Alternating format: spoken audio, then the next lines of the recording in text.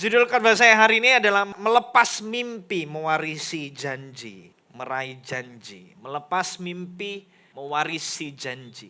Kita mau belajar dari sebuah kisah Daud yang punya kerinduan untuk membangun bait Allah. Daud yang punya kerinduan untuk mendirikan bait Allah. Karena dia berkata bahwa, nanti kita akan lihat bahwa dia nyaman dengan rumahnya setelah kemenangan, setelah perjalanan rohaninya begitu luar biasa. Dari musim ke musim, sampai satu titik dia menikmati istana yang megah. Lalu dia berkata bahwa Tuhan, aku tinggal di rumah yang megah, tetapi tabut perjanjian Tuhan yang merupakan lambang kehadiran Allah tinggal hanya di dalam kemah yang sederhana. Lalu dia berinisiatif untuk mengadakan, untuk mendirikan bait Allah. Coba lihat 1 Tawarik pasal 17 ayat 1 sampai 2. Ini maksud hatinya Daud. Setelah Daud menetap di rumahnya, berkatalah ia kepada Nabi Natan, lihatlah aku ini diam dalam rumah dari kayu aras. Padahal tabut perjanjian itu ada di bawah tenda-tenda. Lalu berkatalah Natan kepada Daud, lakukanlah segala sesuatu yang dikandung hatimu. Garis bawahi kata dikandung hatimu. Sebab Allah menyertai engkau. Jadi Daud berinisiatif dengan sebuah motivasi yang benar. Katakan sama-sama dengan saya, motivasi. Dia mau membangun bait Allah karena dia punya motivasi. Dia mau membangun bait Allah karena dia punya satu kerinduan. Dan kerinduannya itu gak nyaman dengan apa yang dia punya. Dia punya segala sesuatu yang baik. Tapi dia melihat bait Allah, dia melihat tabut perjanjian Allah tinggal di dalam kemah. Coba lihat lagi apa yang ada di hatinya Daud. Mazmur 132 ayat 3 sampai ayat yang kelima. Ini yang dikandung hatinya Daud. Coba lihat. Secara detail ini yang dikandung hatinya Daud.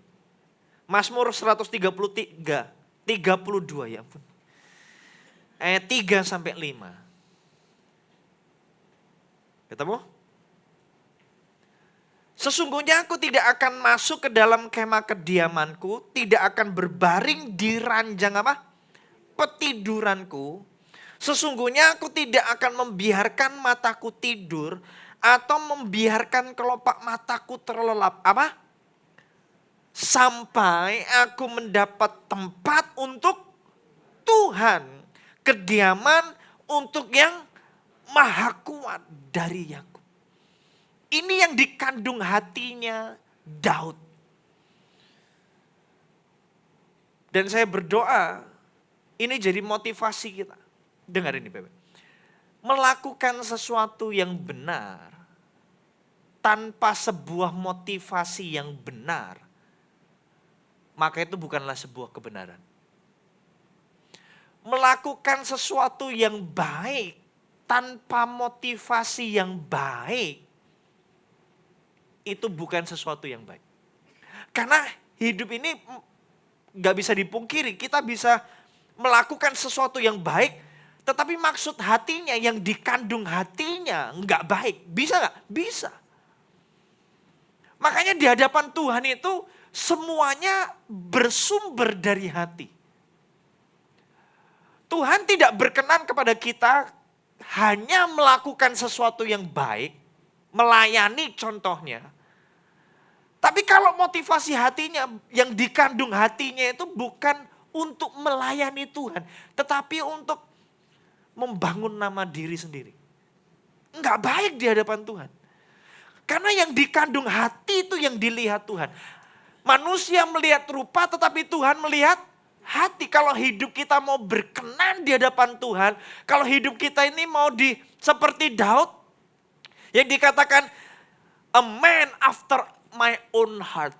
Hatinya itu detak jantungnya sama kayak aku. Orang yang berkenan di hatiku. Maka saudara harus memperhatikan sungguh-sungguh apa yang dikandung hati saudara. Apa yang dikandung hati saudara. Agama buat Tuhan gak penting. Jangan dipotong ini ya. Ini bahaya nih. Karena yang melihat agama cuma manusia, Tuhan melihat hati. Saudara bisa secara KTP punya agama, tetapi hati saudara nggak tertuju sama Tuhan. Bisa nggak? Bisa. Tetapi Daud benar-benar hatinya itu tertuju sama Tuhan. Yang dikandung hatinya itu sungguh-sungguh bagaimana menyenangkan hati Tuhan. Dia nggak nyaman dengan keadaannya yang mewah, yang nyaman. Tetapi sementara Tuhan seolah-olah tinggal di tempat yang kumuh. Hatinya itu sungguh-sungguh tertuju sama Tuhan. Dia mau membangun sesuatu untuk Tuhan. Dia mencintai Tuhan. Yang menjadi alasan dia membangun bait Allah karena dia mengasihi Tuhan. Pagi hari ini Tuhan mau tanya sama semua kita. Mungkin kalau ditanya apakah hidup saudara baik, apakah saudara beragama dengan baik, apakah saudara berbuat dosa, mungkin jawabannya tidak. Mungkin secara manusia kita didapati adalah orang-orang yang kelihatannya melayani dan mengasihi Tuhan. Tetapi apakah firman Tuhan hari ini sama seperti firman Tuhan di Wahyu pasal yang kedua untuk jemaat di Efesus. Aku tahu segala perbuatanmu, kamu itu baik, kamu itu sempurna. Menguji segala sesuatu pengajaran yang tidak baik. Yang sesat kamu tahu, kamu melayani dengan segenap hatimu. Tahu. Tapi Tuhan mencela jemaat di Efesus dengan berkata, namun demikian aku mencela engkau. Karena kamu sudah kehilangan kasihmu yang mula-mula. Sunyi senyap sekali nih hari ini. Pertanyaan di pagi hari ini, apa yang dikandung hati kita? Apa yang dikandung hati kita? Apakah hati kita masih sungguh punya detak yang sama seperti dulu waktu pertama kali mengenal Tuhan? Cinta sama Tuhan, mengasihi Tuhan, pingin berbuat sesuatu untuk Tuhan. Ini harus jadi center, saudara. Ini harus jadi pusat. Kenapa? Karena inilah yang akan membuat hidup kita itu benar di hadapan Tuhan. Sebelum kita melihat, sebelum kita melakukan sesuatu yang baik, pertanyaannya apa yang dikandung hati kita? Ini saya nggak marah-marah loh saudara. Ini firman Tuhan juga buat saya. Amin. Coba lihat kanan kirinya, apa yang dikandung hatimu?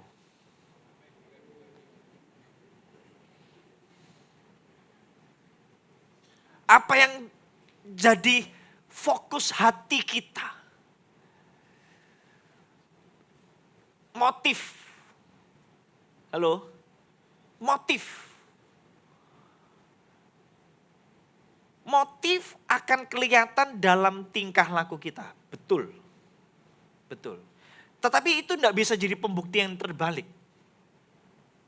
Bahwa tingkah laku yang baik, motifnya juga baik. Saudara ngerti maksudnya? Kenapa? Karena saudara sendiri yang tahu apa yang dikandung hatimu. Hanya engkau dan Tuhan yang tahu apa yang dikandung hatimu. Sesakti-saktinya saya nggak tahu isi hati saudara. Karena hanya engkau yang tahu apa yang dikandung hatimu. Dan saudara yang bertanggung jawab untuk memfilter, untuk menjaga. Supaya yang dikandung hati saudara ini tetap benar di hadapan Tuhan. Orientasinya cuma untuk mengasihi Tuhan. Untuk berbuat sesuatu untuk Tuhan. Saya bertanggung jawab untuk apa yang dikandung hati saya. Saya harus menanyakan ini di hati saya. Kalau saya khotbah, apa motivasi saya? Kalau saya melayani, apa motivasi saya?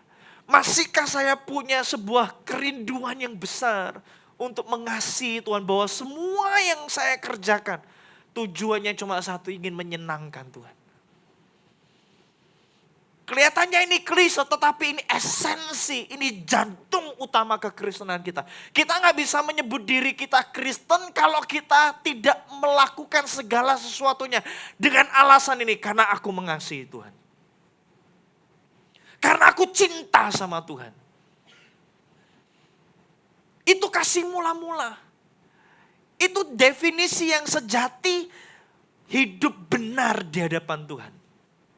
Karena kalau kita kehilangan ini, kita akan jadi orang Farisi dan ahli-ahli Taurat yang cuma sekedar melakukan apa yang baik, tetapi kehilangan hati. Dan Tuhan berkata gini, mulutmu memuliakan aku, tetapi hatimu jauh daripadaku. Tingkah lakumu memuliakan aku. Ke gereja sih, hari Minggu datang sih, gak absen sih. Ceklok sama gembalanya, ya kan? Pak, absen. Tapi hati kita jauh dari Tuhan. Kita nggak beribadah dengan sungguh-sungguh di hadapan Tuhan. Semua cuma sekedar aktivitasnya, tetapi tanpa nggak lagi punya motif yang benar di hadapan Tuhan. Daud membangun bait Allah. Yang mendasarinya cuma satu, motivasi yang benar. Karena dia mengasihi Tuhan. Dan pagi hari ini saya berdoa, jangan puas hanya sekedar beragama, jangan puas hanya sekedar melakukan apa yang baik, jangan puas hanya sekedar melayani. Coba tanya, apa alasannya kenapa saudara melakukan semuanya itu? Masihkah ada sebuah motivasi yang benar? Karena aku mengasihi Tuhan. Gak bisa aku melihat Tuhan tinggal di tempat yang seperti itu. Gak bisa aku melihat Tuhan diperlakukan seperti ini. Karena aku mengasihi Tuhan. Kenapa firman Tuhan hari ini penting buat kita, mengingatkan kita untuk motif yang benar. Karena motif yang benar ini bukan pelajaran SD. Bukan pelajaran awal kita mengasihi Tuhan. Bukan pelajaran awal kita mengikuti Tuhan. Kita perlu pelajaran ini, enggak. Ini pelajaran seumur hidup kita. Kenapa? Karena ini center. Ini mesin utama hidup berkenan di hadapan Tuhan. Tanpa hati yang benar, saudara gak mungkin hidup yang benar. Saya ulang perkataan saya. Tanpa hati yang benar, saudara tidak mungkin punya hidup benar.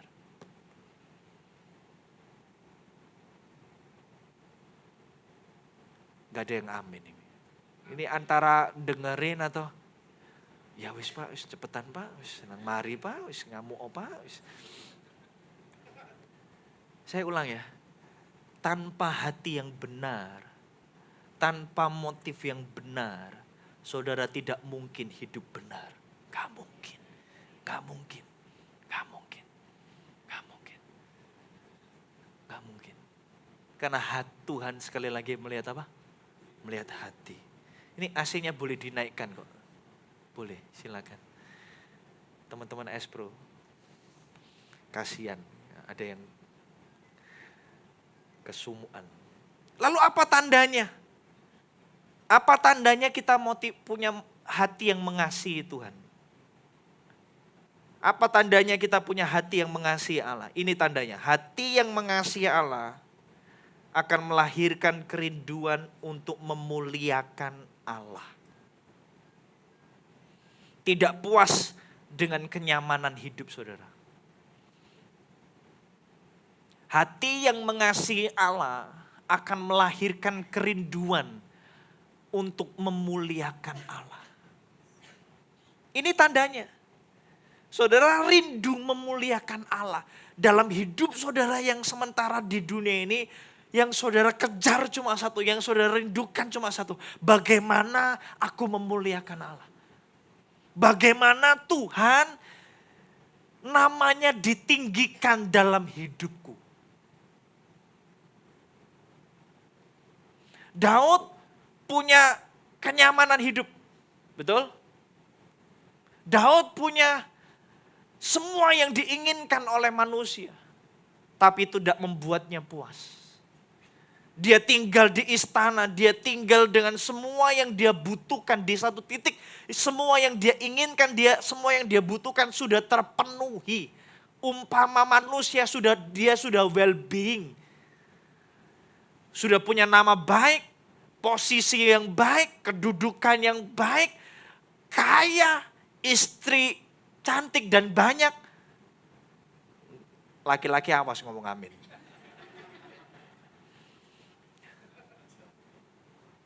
Makan pagi, makan siang, makan malam, dia minta apapun, semua terpenuhi. Dia ada di satu titik yang akan semua kita berusaha dan pingin mencapai itu. Saudara pingin jadi seperti Raja Daud? Pingin apapun terpenuhi gitu kan? Financial freedom. Itu kelihatan depresi gitu sih, aminnya itu. Ini kelihatan motivasinya. Dia ada di satu titik semua yang dia mau. Umpama di sosmed ya, kalau Raja Daud punya sosmed. Itu sosmednya bukan cuma level ratusan ribu, 1 juta, 2 juta. Dia ratusan juta. Kenapa? Semua orang menginginkan kehidupan yang dipunya Raja Daud. Perang menang terus, pendukung banyak. Dan pendukungnya bukan cuma bahasa Ibraninya kerucuk-kerucuk, saudara. Pahlawan-pahlawan yang gagah perkasa. Ngomong didengerin. Kurang apa coba? Jangan ngomong kurang ajar. Nggak ada kurangnya Daud ini. Tapi itu nggak membuat dia puas. Dia berkata gini, aku rindu. Ini nggak. Semua yang aku punya ini gak bisa memuaskan hatiku karena aku rindu berbuat lebih untuk Tuhan. Ada amin. Ada amin. Rindu berbuat lebih untuk Tuhan. Jadi ini penghiburan buat kita, saudara.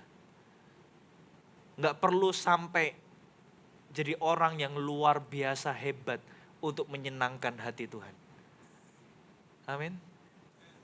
Karena orang yang mengasihi Allah, kerinduannya cuma satu, memuliakan Allah. Memuliakan Allah. Dalam semua yang kita lakukan. Amin. Saudara bisa mengikuti saya? Lanjut. Ayat 3 sampai 4.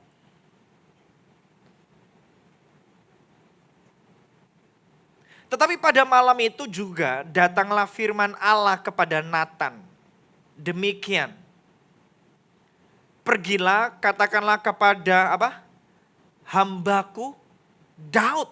Beginilah firman Tuhan, bukanlah engkau yang akan mendirikan rumah bagiku untuk didiami. Daud punya kerinduan yang benar. Daud punya kerinduan yang tepat untuk mengasihi Allah dalam semua yang dia lakukan. Dia gak nyaman, dia gak puas dengan keadaannya sendiri. Dia rindu memuliakan Allah. Baik gak? Baik. Baik. Tetapi Tuhan punya maksud yang lebih baik dari itu. Saudara, hidup ini ada yang namanya baik. Level, itu baik. Kita menilai sesuatu itu baik. Tetapi Tuhan itu bukan cuma sekedar baik. Rencana Tuhan itu bukan hanya baik tetapi sempurna. Kita ngomongnya sempurna itu yang terbaik. Kalau saudara puas dengan yang baik, dengar ini baik-baik. Saudara nggak perlu tuntunan Tuhan. Sunyi senyap sekali. Kalau saudara hanya puas dengan apa yang baik, saudara nggak perlu tuntunan Tuhan. Karena Tuhan itu sempurna. Makanya kita perlu tuntunan Tuhan. Supaya apa? Supaya kita bukan hanya menikmati apa yang baik dalam kehidupan, tetapi apa yang terbaik. Lah pertanyaannya gini, gimana caranya kita mendapatkan tuntunan Tuhan itu? Daud mendapatkan tuntunan itu waktu dia punya inisiatif, punya motivasi yang benar, hidupnya, hatinya, seluruh keberadaannya hanya untuk mengasihi dan memuliakan Tuhan. Dia dapat tuntunan. Dia bukan hanya mendapatkan yang baik, tetapi yang terbaik. Kenapa? Karena hati yang mengasihi Allah akan membuka jalan bagi tuntunan ilahi. Halo. Amin. Dengar. Saya keluarkan satu pernyataan lagi lalu saya jelaskan. Kehendak Allah lebih dari sekedar baik tetapi mulia dan sempurna. Saudara harus mengerti ini.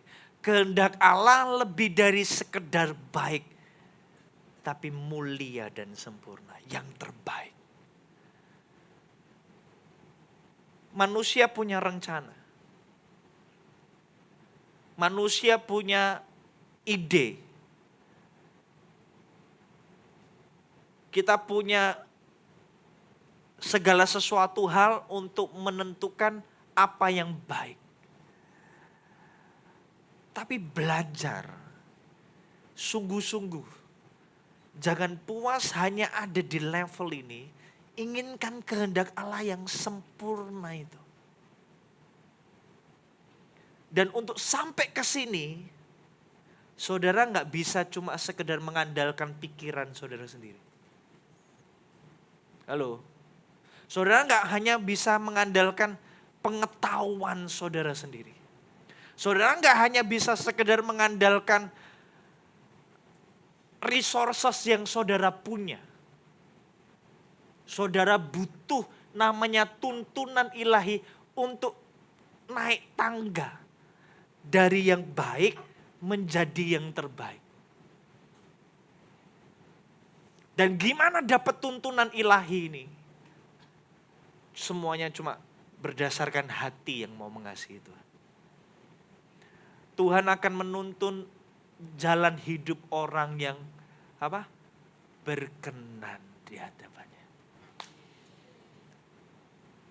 Makanya kita ngomong gini, jalan hidup orang benar itu sama seperti fajar, semakin terang.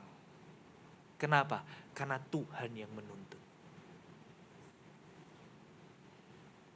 Ini sunyi senyap sekali ini, nangkep gak sebenarnya?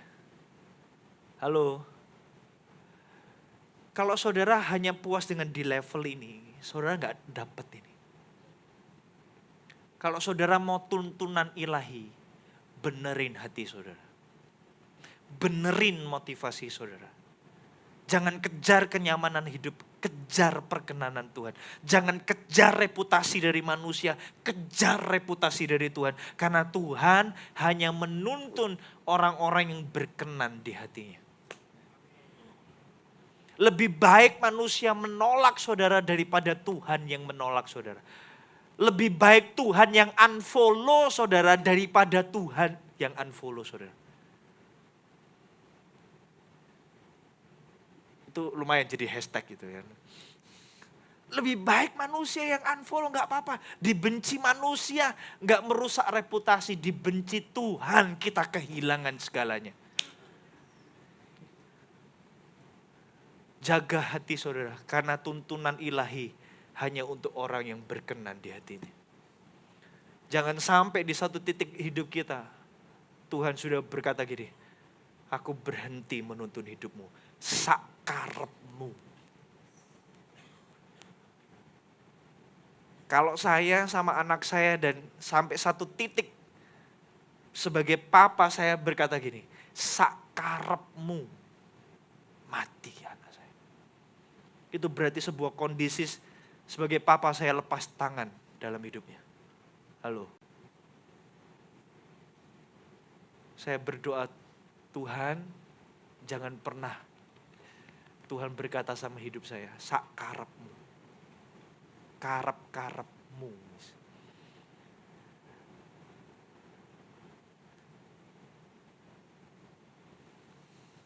Diberkati hari ini? Mau yang terbaik dalam hidup? Biarkan Tuhan yang menuntun kita. Jangan cuma sekedar puas dengan yang baik, tapi yang terbaik. Dan itu hanya bisa kita dapatkan waktu kita dituntun sama Tuhan. Waktu hati kita benar di hadapan Tuhan. Lanjut. 1 Tawarik pasal 22 ayat 5. Lalu responnya Daud gimana? Dia pingin bangun bait Allah tapi dia dapat tuntunan ilahi. Salomo yang harus membangun. Secara daging, secara manusia. Lah kok enak Salomo. Aku yang berinisiatif, dia yang dapat reputasi. Halo? Bukankah itu yang seringkali bermasalah dengan pikiran dan hati kita? Saya yang ide, dia yang dapat pujian. Sebagai pembangun bait Allah, aku yang menginisiasi. Tapi Daud gak punya pikiran itu loh. Saudara. Daud, apa responnya Daud? Ini yang jadi responnya Daud. 1 Tawarik pasal 22 ayat 5. Karena pikir Daud, Salomo anakku masih muda dan apa? Kurang berpengalaman. Dan rumah yang harus didirikannya bagi Tuhan haruslah luar biasa besarnya sehingga menjadi kenamaan dan termasyur di segala negeri. Sebab itu baiklah apa? Aku mengadakan persediaan baginya. Lalu Daud membuat sangat banyak persediaan sebelum ia. Daud gak dapat reputasi, tapi dia siapkan yang terbaik. Kenapa? Karena hatinya bukan untuk membangun reputasinya, hatinya untuk membangun Tuhan. Hati yang mengasihi Allah akan menghasilkan kehidupan yang berbuah. Karena buah bukan dinikmati untuk dirinya sendiri. Buah itu dinikmati untuk orang lain. Saudara, kalau hati saudara mengasihi Allah, saudara enggak ambil pusing siapa yang dapat nama. Yang saudara pusingkan cuma satu, apakah dalam hidupku ini aku punya dampak, aku punya fungsi, aku punya buah yang baik, yang manis, yang bisa dinikmati oleh semua orang. Gak penting nama tertulis, dikenang tuh gak penting. Sunyi senyap sekali. Kolose pasal 3 ayat 23 ayat terakhir. Saya ulang ayat terakhir. Kolose pasal 3 ayat 23. Palsu.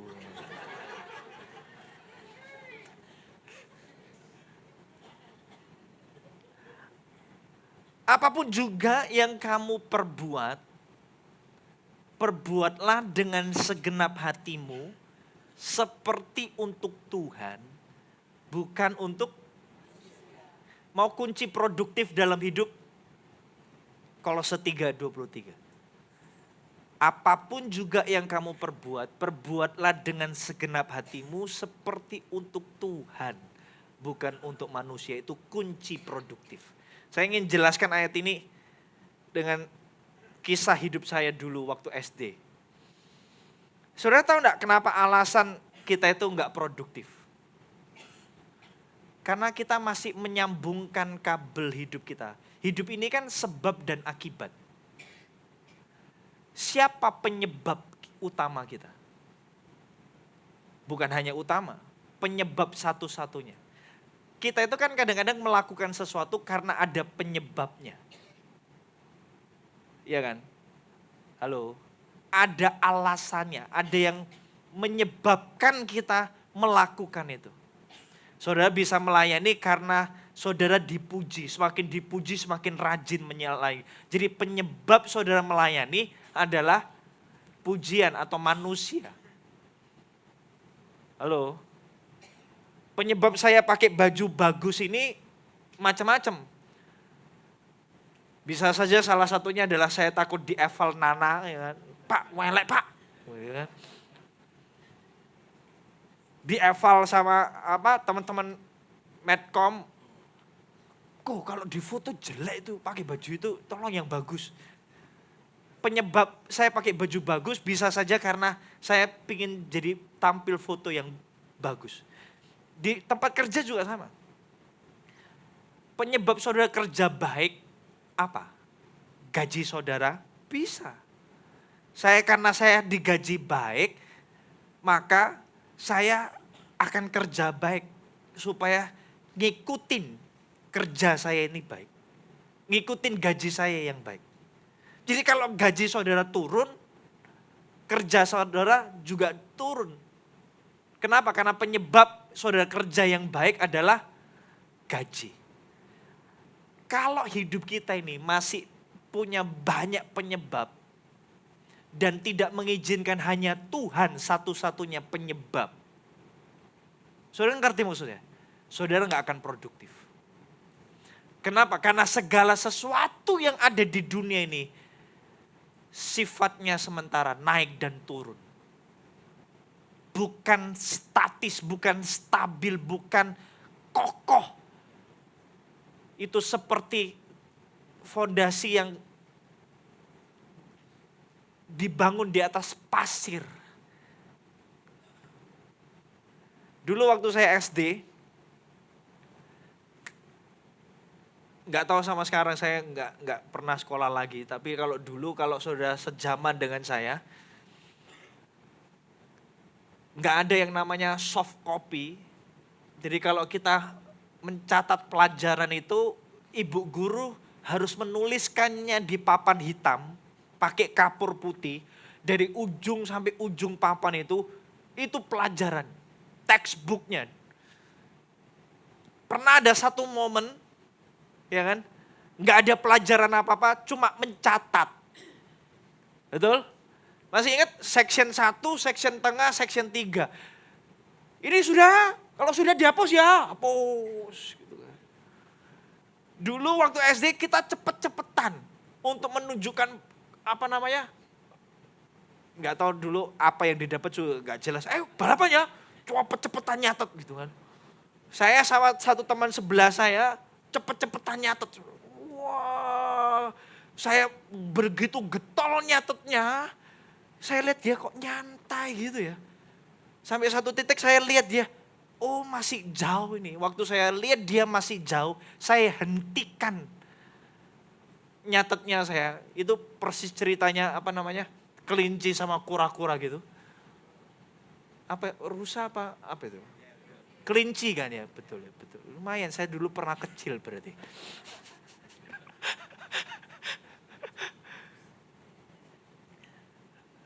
Saya hentikan catatan saya sambil ngomong gini, tak furi kamu. Hentikan. Saya akhirnya ngobrol-ngobrol nyuantai gitu. Tiba-tiba satu titik saya sadar. Sudah selesai, sudah. Ternyata saya yang ketinggalan jauh. Dan saya kalah sama dia. Kenapa? Karena penyebab saya mengizinkan dia jadi penyebab saya menulis. Akhirnya saya berhenti. Dan kehilangan momen kemenangan gilang gemilang saya.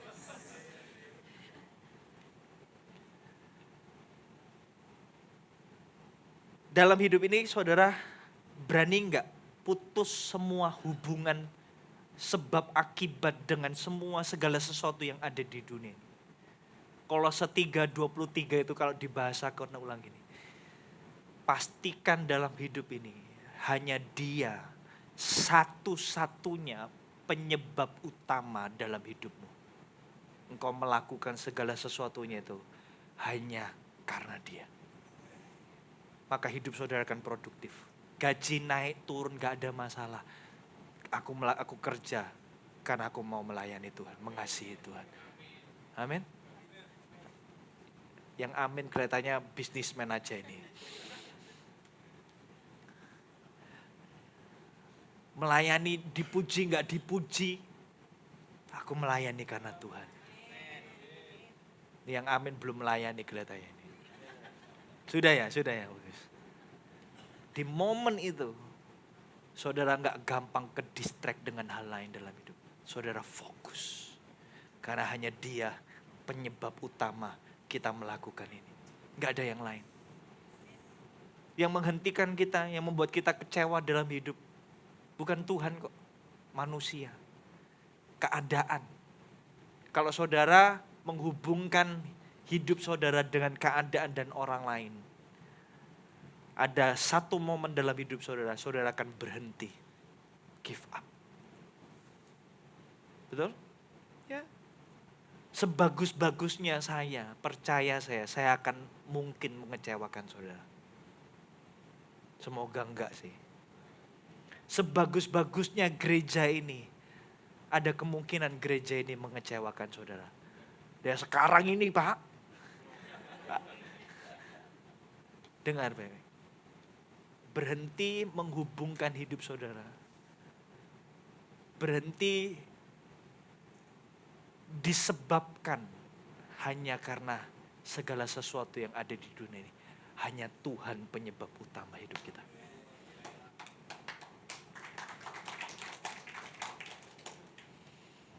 Teman-teman worship boleh maju ke depan. Saya tutup dengan satu pernyataan terakhir saya. Hidup yang tidak mementingkan diri sendiri akan diperluas oleh kasih karunia. Kalau Kolose 3:23 itu terjadi dalam hidup saudara, saudara hanya mengizinkan dia penyebab utama dalam hidup saudara. Percaya saya, kasih karunia Tuhan tidak pernah meninggalkan saudara. Percaya saya. Percaya saya. Percaya saya. Saudara kalau kerja, perhatikan, ini munculin terus ya statement ini. Perhatikan saya. Kalau saudara kerja, dengan level saudara kerja, saudara dapat yang namanya gaji atau upah. Upah diberikan karena saudara sudah berkontribusi. Biasanya dalam hidup, upah itu bukan hanya uang. Tapi bisa juga pujian, bisa juga posisi, bisa juga semua hal yang lain. Upah diberikan selevel dengan kontribusi. Saudara ngerti prinsip ini dulu? Upah. Tapi kasih karunia itu lain. Kasih karunia itu adalah sesuatu yang saudara terima melampaui kontribusi saudara. Saudara dapatkan kasih karunia bukan karena saudara berkontribusi, tetapi karena kasihnya Tuhan dalam hidup saudara. Tetapi karena perkenanan Tuhan dalam hidup saudara. Pertanyaannya hari ini, saudara mau upah atau kasih karunia? Pertanyaannya hari ini, saudara mau upah atau favor? Kalau saudara mau favor, maka ayosnya jangan ayos upah. Ayosnya jangan ayos kontribusi. Saudara ngerti maksudnya? Jadi jangan pernah hidup tuh ngomong gini. Oh, aku cuma memberikan kontribusi sesuai dengan yang aku dapat. Oh, aku cuma mau produktif sesuai dengan apa yang aku dapat. Waktu saudara ngomong seperti itu, saudara sedang bermain di level upah, bukan kasih karunia. Tapi kalau saudara mau bermain di level kasih karunia, upah yang saudara dapat segini, timbal balik yang saudara dapat segini, saudara mau berjalan 2 mil. Dibayar 1 mil, disuruh 1 mil, saudara mau naik 2 mil. Aku mau lakukan lebih. Karena aku melakukannya untuk Tuhan. Saudara sedang bermain di level kasih karunia. Iya, saudara bukan upah. Sistem saudara bukan upah. Sistem saudara adalah sistem kasih karunia. Kalau saudara berani menaikkan level kontribusi saudara, nggak sesuai dengan upah yang saudara dapat, percaya saya, hidup saudara diperluas dengan kasih karunia. Saudara akan mendapatkan melampaui apa yang saudara dapat bayangkan, pikirkan, rencanakan, karena Dia Tuhan yang sanggup melakukan jauh lebih besar, jauh lebih tinggi dari apa yang kita rencanakan, doakan. Bukan hanya yang baik, tapi yang terbaik. Saya berdoa, Tuhan tidak memberi saudara upah, Tuhan memberi saudara kasih karunia. Amin. Dimulai dari mana? Hati yang mengasihi Tuhan.